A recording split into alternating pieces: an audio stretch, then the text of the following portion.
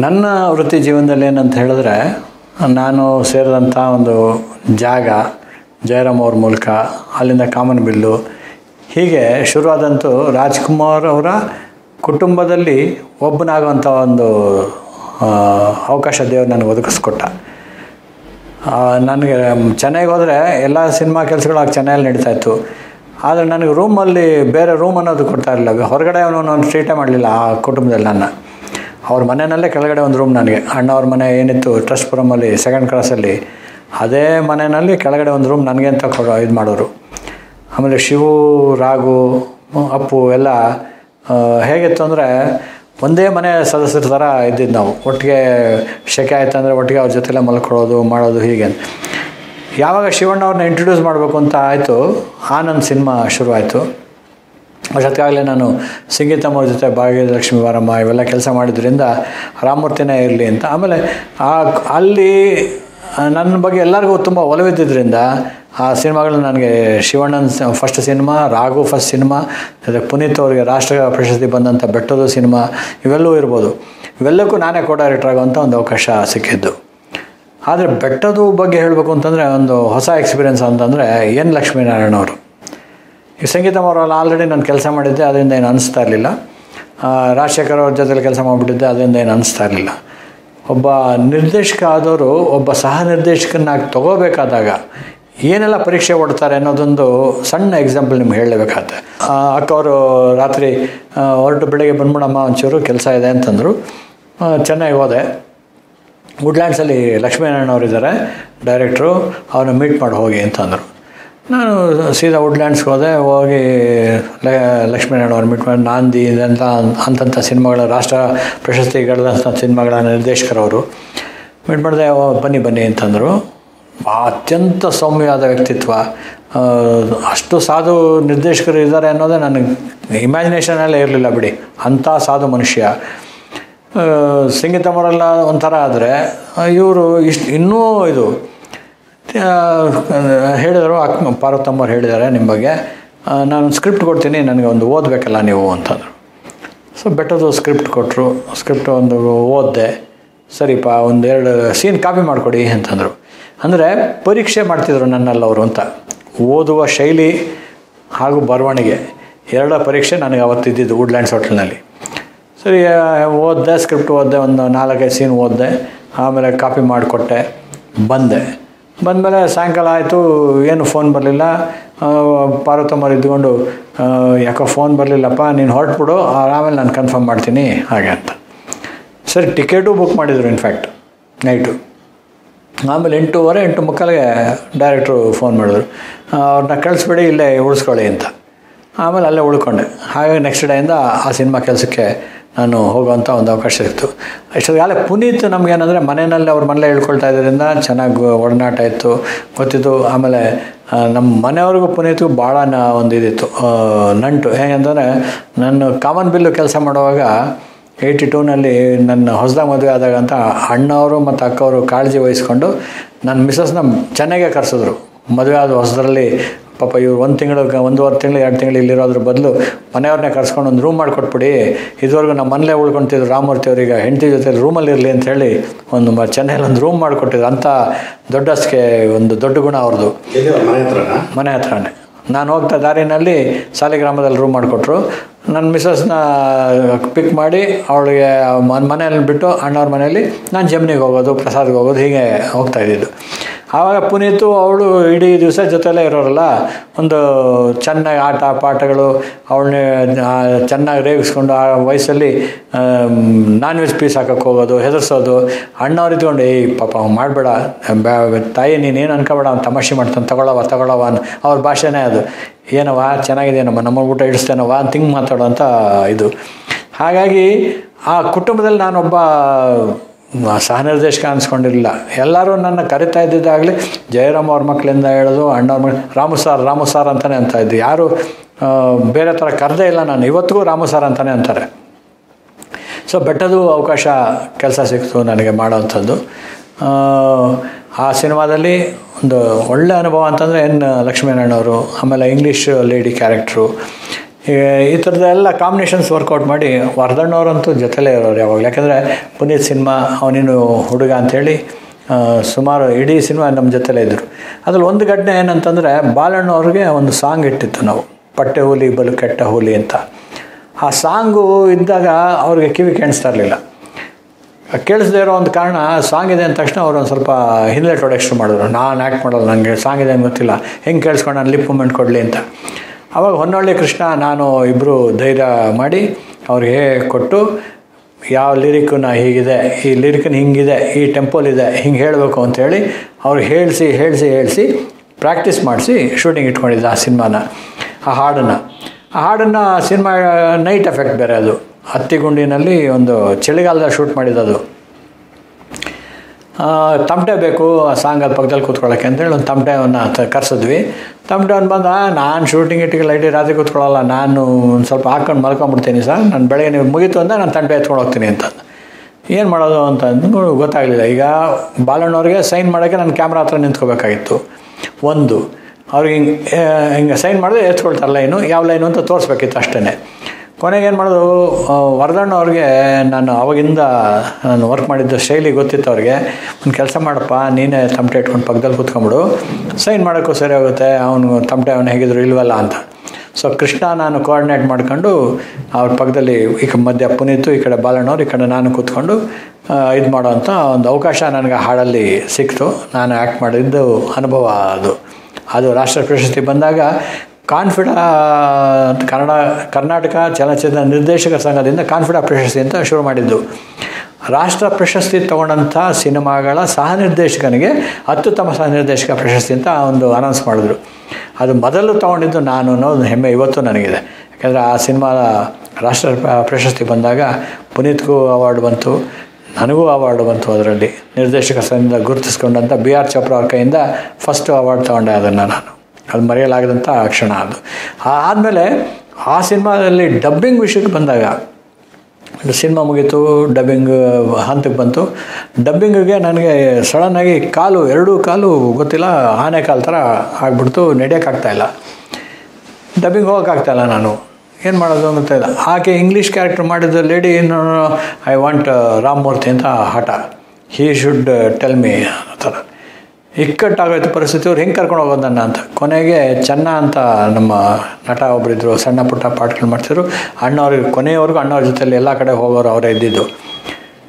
ಆತ ಬಂದು ನನ್ನ ಎತ್ಕೊಂಡೋಗಿ ಕಾರಲ್ಲಿ ಕೂಡಿಸ್ಕೊಂಡು ಸ್ಟುಡಿಯೋಗೆ ಇಬ್ಬರು ಎತ್ಕೊಂಡು ಹೋದ್ರು ನನ್ನ ಮೇಲಕ್ಕೆ, ಚಾಮುಂಡೇಶ್ವರಿ ಸ್ಟುಡಿಯೋದಲ್ಲಿ ಮೇಲ್ಗಡೆ ಥಿಯೇಟ್ರಲ್ಲಿ ಡಬ್ಬಿಂಗ್ ಮಾಡಿದ್ದು.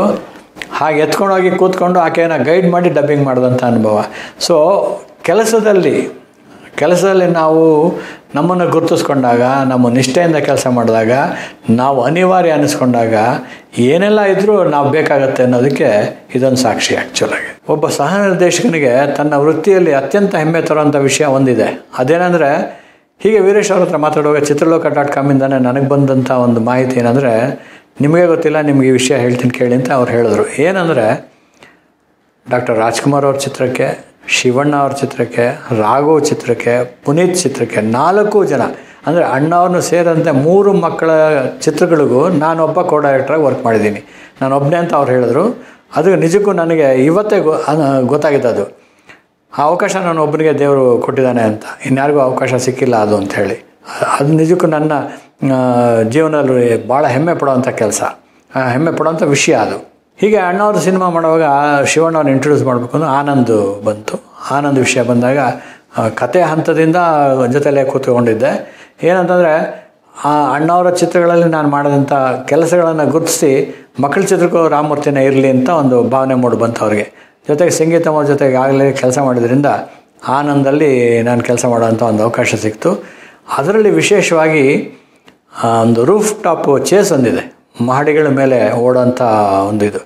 ಆ ಸೀಕ್ವೆನ್ಸ್ ತೆಗೆಯುವಾಗ ಡೈರೆಕ್ಟ್ರು ಅವರ ತಂದೆಯವರ ಒಂದು ವೈದಿಕ ಕಾರ್ಯ ವರ್ಷದ್ದೇನೋ ಇತ್ತು ಅಂತೇನೋ ಅಂದು ಅವರು ಬರಲಿಲ್ಲ.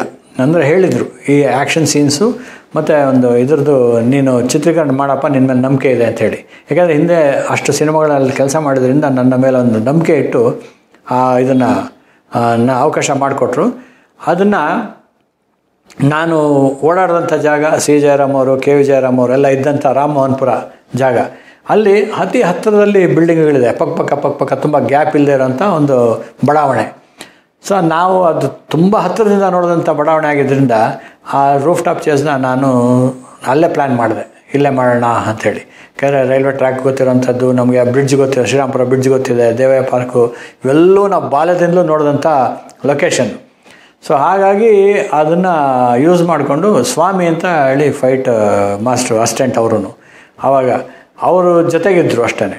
ಸೊ ಪೂರ್ತಿ ಕಂಪೋಸ್ ಮಾಡಿ ಗೌರಿಶಂಕರ್ಗೆ ಹೇಳಿದೆ, ಹಿಂಗೆ ಇಟ್ಕೊಳ್ಳೋಣ ಸರ್, ಹಿಂಗೆ ಶಾರ್ಟ್ ಹಿಂಗೆ ಇದು ಮಾಡೋಣ ಸರ್, ಹಿಂಗೆ ಮಾಡೋಣ ಸರ್, ಹಿಂಗೆ ಪ್ಲ್ಯಾನ್ ಮಾಡೋಣ ಸರ್ ಅಂತ. ಅದು ಶೂಟ್ ಅಂತೂ ಮಾಡಿಬಿಟ್ವಿ. ಶೂಟ್ ಮಾಡಿ ಚೆನ್ನಾಗಿ ಹೋದಾಗ ನಾನು ಸಂಗೀತಮ್ಮವ್ರಿಗೆ, ಸರ್ ನೀವು ರಶ್ ನೋಡ್ತೀರಾ ಸರ್ ಅಂದೆ. ರಶ್ ನಾನು ನೋಡೋಲ್ಲ ಅಂದರು. ಸರ್ ನೀವು ಒಂದ್ಸಲಿ ನೋಡ್ಬಿಟ್ರೆ ನಂಗೆ ಒಳ್ಳೆಯದು ಸರ್ ಅಂದೆ. ನಿನ್ನ ಕೆಪಾಸಿಟಿ ಗೊತ್ತಾಗೋದು ಆ್ಯಸ್ ಎ ಡೈರೆಕ್ಟರ್ ನೀನು ತೆಗೆದಾಗ ಏನಂದರೆ ಎಡಿಟ್ ಮಾಡಿದಾಗ ನೀನು ಎಡಿಟ್ ಮಾಡಿ ನಂಗೆ ತೋರಿಸು, ನಾನು ಬಂದು ನೋಡ್ತೀನಿ ಅಂತಂದರು. ಸರಿ, ನಾನು ಭಕ್ತ ಸರ್ ಎಡಿಟ್ರು, ಅವ್ರಿಗೆ ಹೇಳಿದೆ, ಸರ್ ಹೆಂಗೆ ನೀನು ತೆಗೆದ್ರೆ ನಿಂಗೆ ಗೊತ್ತಲ್ಲಪ್ಪ, ನೀನು ನಂದು ಐಡಿಯಾ ಇಟ್ಕೊಂಡು ತೆಗೆದಿದ್ಯಲ್ವಾ, ನಾನು ಪಕ್ಕದಲ್ಲಿ ಕೂತ್ಕೋ ಸರ್, ಇದಕ್ಕಿದು ಅಂತ ಹೇಳು, ಮಿಕ್ಕಿದ್ದು ನಾನು ಮಾಡ್ತೀನಿ ಅಂತ ಹೇಳು. ಸೊ ಅವ್ರ ಜೊತೆಲಿ ಒಂದು 2 ದಿವಸ ಕೂತ್ಕೊಂಡು ರಶ್ ಎಡಿಟ್ ಮಾಡಿಸಿ ಏನೇನು ಮಾಡಬೇಕು ಅದನ್ನೆಲ್ಲ ಹಾಕಿ ಆಮೇಲೆ ಅಕ್ಕ ಅವ್ರಿಗೆ ಹೇಳಿದೆ, ಆಯ್ತು ಎಡಿಟ್ ಆಗಿದೆ ಅಕ್ಕ ಅಂತೇಳಿ. ಸರಿ ಡೈರೆಕ್ಟ್ರು ಬಂದು ನೋಡ್ತಾರೆ ಬಿಡು ಅಂತಂದರು. ಸೊ ಡೈರೆಕ್ಟ್ರು ಬಂದರು, ಜಮಿನಿಗೆ ನೋಡಿಬಿಟ್ಟು ಸೀದಾ ಏನು ಹೇಳಿದ್ರೆ ಹೊರಟೋದ್ರು. ಅದರ ಮತ್ತು ಡ್ರೈವಿಂಗ್ ಥಿಯೇಟ್ರ್ ಇತ್ತು ಬನ್ನಘಟ್ಟ ರೋಡಲ್ಲಿ, ಅಲ್ಲಿ ಗುರುದತ್ತು ಮತ್ತು ಶಿವಣ್ಣವ್ರ ಕಾಂಬಿನೇಷನ್ ಸೀನ್ಸ್ ಶೂಟ್ ಮಾಡಿದ್ದೆ. ಅದಷ್ಟು ನಾನೇನು 4-5 ದಿವಸ ಏನು ಶೂಟ್ ಮಾಡಿದ್ದೆ ಅಷ್ಟನ್ನು ಎಡಿಟ್ ಮಾಡಿ ಒಂದು ಬಂಚ್ ಪೂರ್ತಿ ರೆಡಿ ಮಾಡಿ ಡೈರೆಕ್ಟ್ರಿಗೆ ತೋರಿಸ್ಬಿಟ್ರೆ ಸೀದಾ ಏನು ಹೇಳಲಿಲ್ಲ. ನನಗೆ ಗಾಬರಿ ಶುರು ಆಗುತ್ತೆ, ಏನಪ್ಪ ಮತ್ತು ರೀಶೂಟ್ ಅಂದ್ಬಿಡ್ತಾರ, ನಾನು ಮಾಡಿ ಸರಿ ಇಲ್ವಾ ಅಂತ. ಭಕ್ತ ಸರ್ ಕೇಳಿದೆ, ಏನು ಸರ್ ಒಣ್ಣೆ ಸೊಲ್ಲೆ ಸರ್, ಏನೋ ಸರ್ ನೀವು ಕಾಲ ಪಡೋದ ರಾಜ, ನೀವು ಸುಮಾರು ಅಂತಂದರು ಅಷ್ಟೆ. ಹೋದೆ, ಅಕ್ಕ ಅವರು ಸಾಯಂಕಾಲದವರೆಗೂ ಏನೂ ರಿಪೋರ್ಟೇ ಬರಲಿಲ್ಲ. ಆಮೇಲೆ ಅಕ್ಕ ಅವ್ರನ್ನ ಫೋನ್ ಮಾಡಿದ್ರು, ಬಾ ಮನೆಗೆ ಅಂತಂದರು. ಹೋದೆ, ಸಂಗೀತಮ್ಮವ್ರು ಕೂತಿದ್ರು. ಆವಾಗ ಸಾಯಂಕಾಲದವರೆಗೂ ಅವರು ಅಲ್ಲಿ ಬಂದು ಕೂತ್ಕೊಂಡಿದ್ರು ಮಾತಾಡೋಕ್ಕೆ ಅಂತ. ಸರ್ ಏನು ಹೇಳಿಲ್ಲ ಸರ್ ತಾವು ಅಂತಂದೆ. ಹೇಳಿದ್ದೀನಪ್ಪ ಅಂತಂದರು ಅಷ್ಟೇ. చెప్పిడನ್ಮ ಅಂತಂದರು. ಅವರು ಕನ್ನಡ ತೆಲುಗು ಮಿಕ್ಸ್ ಮಾಡಿ ಮಾತಾಡೋರು. ನಾ ಹೇಳಿದ್ದೀನಿ ಅಂತಂದರು ಅಷ್ಟೇ ಅವ್ರ ಶೈಲಿನಲ್ಲಿ. ಏನು ಹೇಳಿದ್ರೆ, ಸರ್ ನೀವೇ ಹೇಳ್ಬಿಡಿ ಸರ್, ಪಾಪ ಯಾಕೆ ಆ ಹುಡುಗನಿಗೆ ಇದು ಮಾಡ್ತೀರಿ, ಅವನಿಗೆ ಭಯ ಇದೆ ಒಳಗಡೆ ಅಂತ ಅಕ್ಕವ್ರಂದರು. ನಿಮ್ಮ ಕಂಪ್ನಿಯಲ್ಲಿ ಇನ್ನೊಬ್ಬ ನಿರ್ದೇಶಕ ಹುಟ್ಕೋಬೋದು ಅಂತಂದರೆ ರಾಮಮೂರ್ತಿ ಮಾಡ್ಬೋದು, is fit to be a director ಅಂತ ಹೇಳಿ ಒಂದು ಸರ್ಟಿಫಿಕೇಟ್ ಕೊಟ್ಟರು. ಅದು ಮರೆಯೋಕ್ಕಾಗಲ್ಲ ನನಗೆ.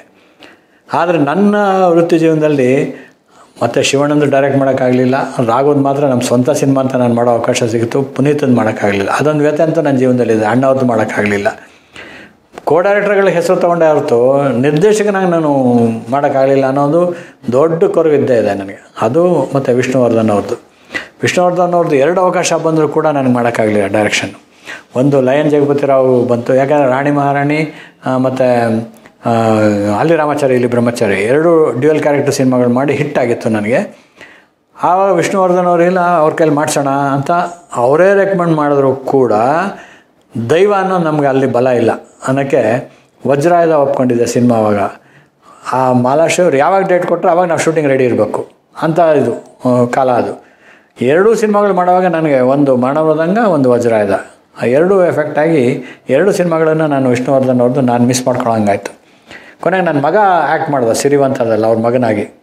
ಅವ್ನು ಫಸ್ಟ್ ಡೇ ಅವ್ನು ಕರ್ಕೊಂಡೋಗಿ ವಿಷ್ಣುವರ್ಧನ್ ಅವ್ರಿಗೆ, ಸರ್ ನನಗಂತೂ ನಿಮ್ಮ ಜೊತೆ ಕೆಲಸ ಮಾಡೋವಂಥ ಯೋಗ ಸಿಕ್ಕಲಿಲ್ಲ, ನಿಮ್ಮ ಸಿನಿಮಾಗಳು 2 ಸಲ ನನಗೆ ಮಿಸ್ ಆಯಿತು, ಆ ಯೋಗ ನನಗಿಲ್ಲ, ಅಟ್ಲೀಸ್ಟ್ ನನ್ನ ಮಗನಿಗೆ ನಿಮ್ಮ ಜೊತೆಲಿ ಆ್ಯಕ್ಟ್ ಮಾಡೋ ಯೋಗ ಸಿಕ್ಕಿದೆ ಅಂತಂದಾಗ ಅವ್ರನ್ನ ಮಾತಂದರು, ನನಗೆ ನಿಮ್ಮ ಜೊತೆ ಕೆಲಸ ಮಾಡೋ ಯೋಗ ನನಗಿಲ್ಲ ಅಂತ.